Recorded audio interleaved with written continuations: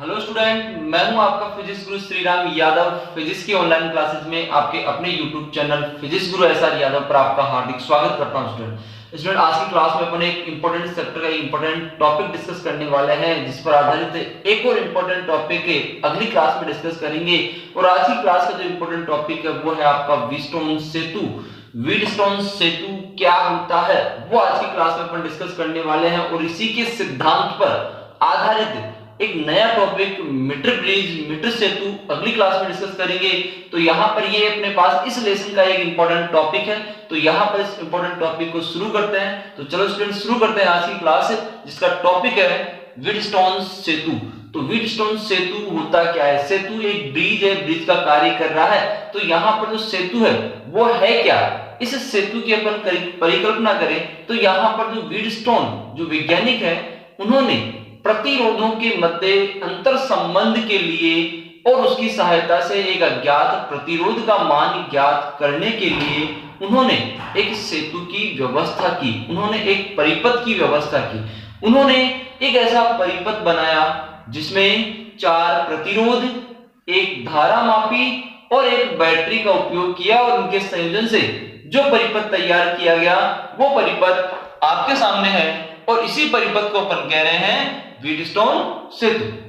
इस व्हीटस्टोन सेतु परिपथ की सहायता से किसी अज्ञात प्रतिरोध का मान ज्ञात किया जा सकता है। मतलब इसकी सहायता से अपन क्या कर सकते हैं? इसकी सहायता से अज्ञात प्रतिरोध का मान ज्ञात कर सकते हैं, अज्ञात प्रतिरोध का मान ज्ञात कर सकते हैं।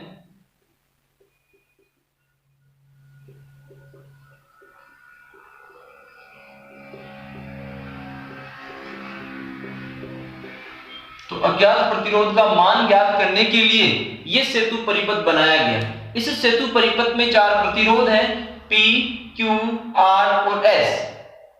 समझे? जो सेतु परिपथ लिया गया उस सेतु परिपथ में क्या दिया गया? 4 प्रतिरोध, एक बैटरी और एक धारा मापी। इन तीनों के संयोजन से बनने वाली जो युक्ति है, बनने वाला जो परिपथ है, उस परिपथ को ही नाम दिया गया व्हीटस्टोन सेतु परिपथ। व्हीटस्टोन सेतु परिपथ की सहायता से ज्ञात प्रतिरोध ज्ञात कर रहे हैं। तो यहाँ पर इसकी संरचना की सबसे पहले अपन बात करें तो संरचना में यहाँ पर जो 4 प्रतिरोध है PQRS, 4 प्रतिरोध PQR और S, इन चारों परिपथों को एक चतुर्भुज ABCD की चारों भुजाओं पर संयोजित करते हैं। एक चतुर्भुज ABCD की चारों भुजाओं पर 4 प्रतिरोध PQRS को संयोजित कर दिया जाता है। ठीक है। अब यहाँ पर इनके जो बिंदु A और C है उनके बीच में एक बैटरी और एक कुंजी K1 का संयोजन करते हैं। ठीक है। इसके साथ ही यहाँ पर बिंदु B और D के मध्य एक धारा मापी और कुंजी K2 का संयोजन कर सकते हैं। यहाँ पर भुजा BD को अपन धारा मापी की भुजा कह सकते हैं, भुजा AC को अपन बैटरी भुजा कह सकते हैं। स्टूडेंट समझे?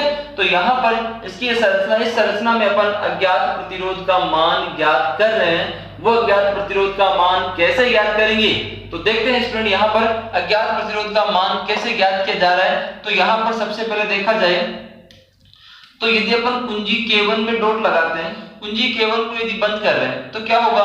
कुंजी K1 को बंद करने पर इस बैटरी के द्वारा I धारा है वो प्रवाहित होती है। जब ये I धारा यहाँ पर इस बिंदु A पर पहुंचती है तो इस धारा I का विभाजन हो जाता है, और ये जो धारा I है वो 2 भागों में विभाजित हो जाती है, I1 और I2 के रूप में। ठीक है। जब धारा I बिंदु A पर पहुंचती है तो वो I1 और I2 के रूप में विभाजित हो जाती है। जब धारा I1 और I2 क्रम से बिंदु B और D पर पहुंचती है तो इनको भी 2 मार्ग मिलते हैं, तो इनका भी यहाँ पर विभाजन होता है। तो यहाँ पर इस भुजा BD में प्रवाहित होने वाली धारा को मैंने मान लिया IG। सही है स्टूडेंट? तो यहां पर प्रवाहित होने वाली धारा I1 में से IG चलेगी, शेष रहेगी वो इसमें आ गई, और यहां पर I2 प्लस IG के रूप में जो धारा है वो यहां पर प्रवाहित हो रही है स्टूडेंट, और वही कुल धारा I के रूप में अपने को यहां पर धारा प्राप्त हो रही है। समझे स्टूडेंट?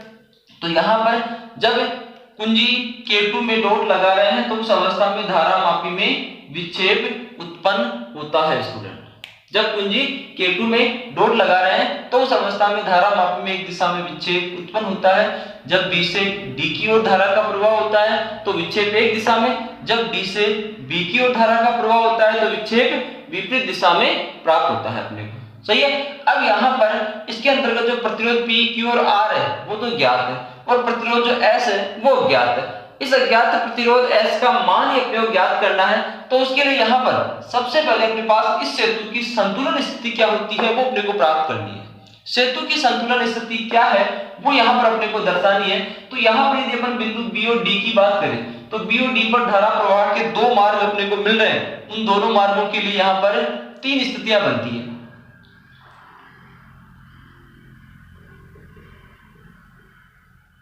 देखो यहां पर तीन स्थितियां कौन सी बन रही है। नंबर 1, VB ग्रेटर देन है VD से। VB यदि ग्रेटर देन है VD से अर्थात विभव बिंदु B पर विभव ज्यादा है और बिंदु D पर विभव कम है तो धारा का प्रवाह हमेशा उच्च विभव से निम्न विभव की ओर होगा। इसका मतलब धारा B से D की ओर प्रवाहित होगी, पहली स्थिति है। ठीक है। दूसरी स्थिति स्टूडेंट यहां पर देखी जाए तो दूसरी स्थिति यहां पर मिल रही है अपने को क्या, VB लेस देन है VD अर्थात बिंदु D पर विभव का मान ज्यादा है तो धारा का प्रवाह उल्टा हो जाएगा अर्थात धारा D से B की ओर प्रवाहित होगी। दूसरी स्थिति में अपने को ये मान मिल रहा है। तीसरी स्थिति अपने को क्या मिल रही है, तीसरी स्थिति के अंतर्गत अपने को ये मिल रहा है कि VB बराबर है VD के। तो भुजा BD में कोई धारा प्रवाहित नहीं होगी अर्थात यहां पर बिंदु D और D का विभव समान हो तो धारा माप में कोई धारा प्रवाहित नहीं होगी। इस स्थिति में धारा मापी में कोई विक्षेप उत्पन्न नहीं होता है। इस स्थिति में धारा मापी में कोई विक्षेप उत्पन्न नहीं होता है। इस स्थिति में धारा मापी में कोई विक्षेप उत्पन्न नहीं होता है। इसलिए इसे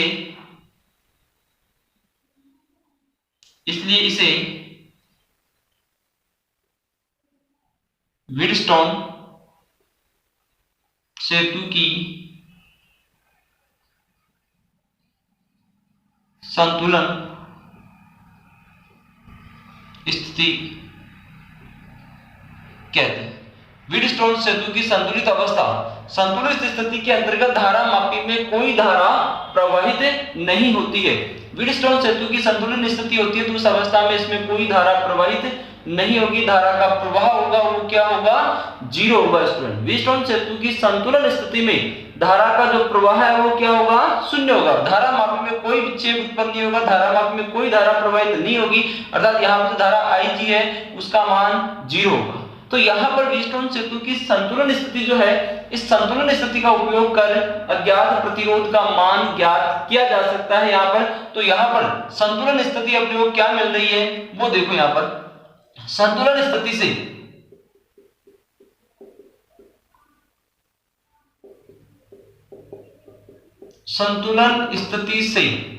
अपने को क्या मिल रहा है स्टूडेंट, VB बराबर VD।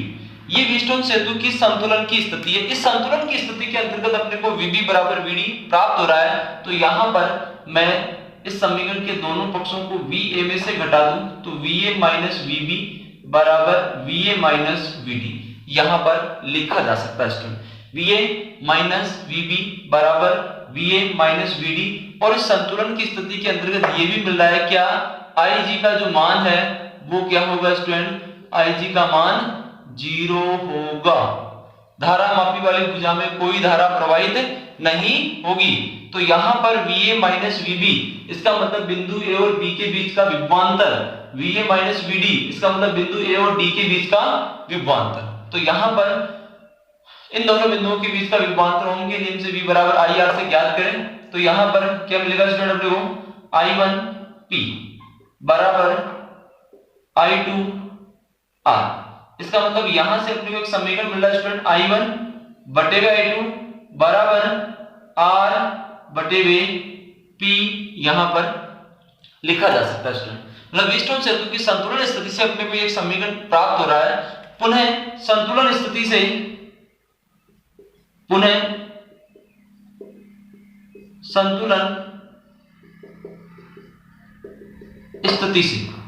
संतुलन की स्थिति क्या थी, VB बराबर VD अपने को मिल रहा है। तो पुनः संतुलन की स्थिति यहां पर लागू की जा रही है। तो उस अवस्था में इस समीकरण में VB बराबर VD है। फिर से मैं यहां पर समीकरण के दोनों पक्षों में से VC को यदि घटा दूं तो क्या मिल रहा है मेरे को, VB माइनस VC बराबर VD minus VC। VB minus VC का मतलब बिंदु B और C के बीच का विभवांतर, VD माइनस VC का मतलब बिंदु C और D के बीच का विभवांतर। तो यहां पर धारा I1 minus IG into Q बराबर I2 plus IG into S। सही है। अब संतुलन की स्थिति में क्या है, संतुलन की स्थिति में क्या है, IG बराबर क्या है, 0 है। IG का मान यदि अपने को 0 मिल रहा है तो यहां पर क्या मिल रहा है स्टूडेंट अपने पास है, I1Q बराबर I2S। इसका मतलब यहां पर I1 बटे वे I2 अपने को क्या मिल रहा है स्टूडेंट, S बटे वे Q। अपने को एक समीकरण यहां पर ये प्राप्त हो रहा है। मतलब यहां पर व्हीटस्टोन सेतु की संतुलन स्थिति से अपने ये दो समीकरण ज्ञात किए हैं जिनमें I1 और I2 का अनुपात अपने को प्राप्त हो रहा है स्टूडेंट। सही यहां तक। अब यहां पर मैं इन्हीं दोनों समीकरणों का उपयोग करके इस अज्ञात प्रतिरोध का मान ज्ञात करूंगा। तो यहां पर सबसे पहले मैं समीकरण 1 व 2 से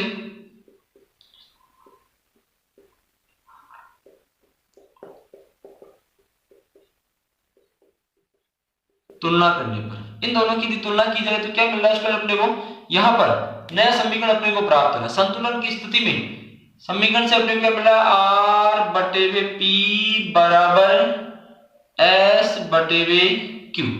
इस P को मैं यहां पर ले लूं तो इसका मतलब P बटे वे Q।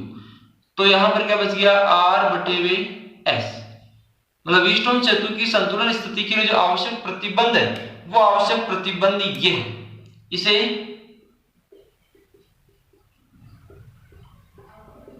व्हीटस्टोन सेतु की संतुलन अवस्था का आवश्यक प्रतिबंध कहते हैं। ये व्हीटस्टोन सेतु की संतुलन स्थिति का आवश्यक प्रतिबंध है।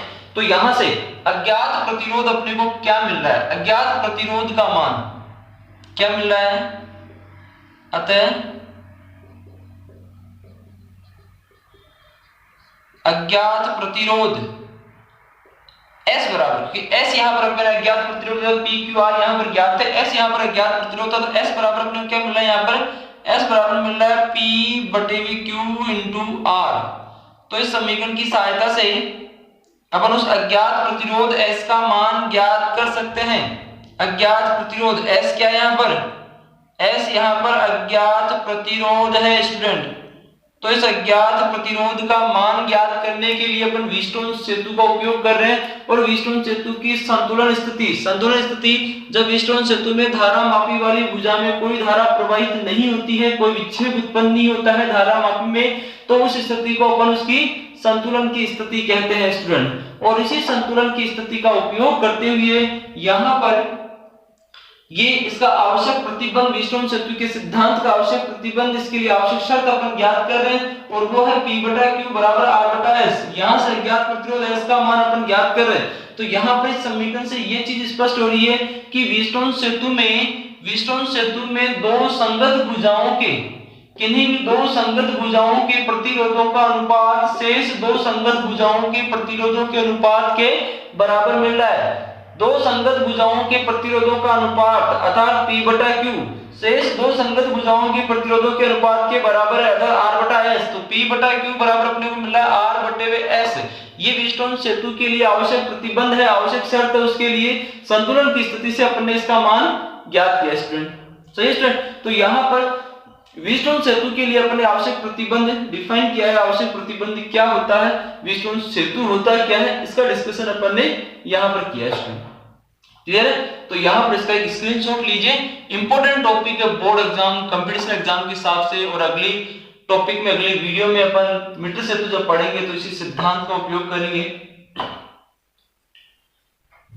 तो यहाँ पर आज की क्लास में अपन एक इंपॉर्टेंट टॉपिक डिस्कस किया है, व्हीटस्टोन सेतु होता क्या है, व्हीटस्टोन सेतु की संरचना क्या होती है, व्हीटस्टोन सेतु की कार्यविधि क्या होती है, उसकी कार्य प्रणाली क्या होती है, व्हीटस्टोन सेतु की संतुलन की स्थिति क्या होती है, व्हीटस्टोन सेतु की संतुलन की स्थिति।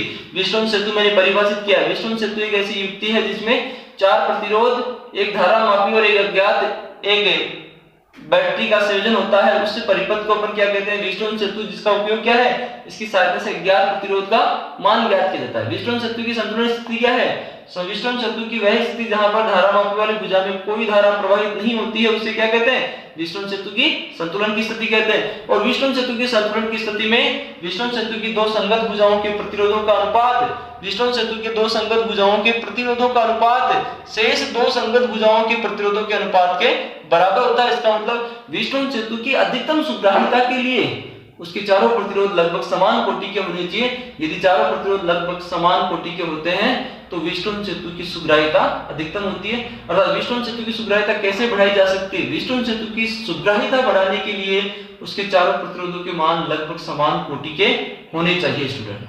ठीक है। तो आज की क्लास में अपन एक इंपॉर्टेंट टॉपिक डिस्कस किया है। आशा करता हूं स्टूडेंट आपको समझ में आया होगा। फिर भी कोई डाउट हो तो अपने डाउट को कमेंट बॉक्स में शेयर कीजिए। वीडियो यदि आपको अच्छा लगे तो वीडियो को लाइक कीजिए, शेयर कीजिए, कमेंट कीजिए, और यदि आप चैनल पर नए हो स्टूडेंट तो चैनल को जरूर सब्सक्राइब कीजिएगा। Thank you student.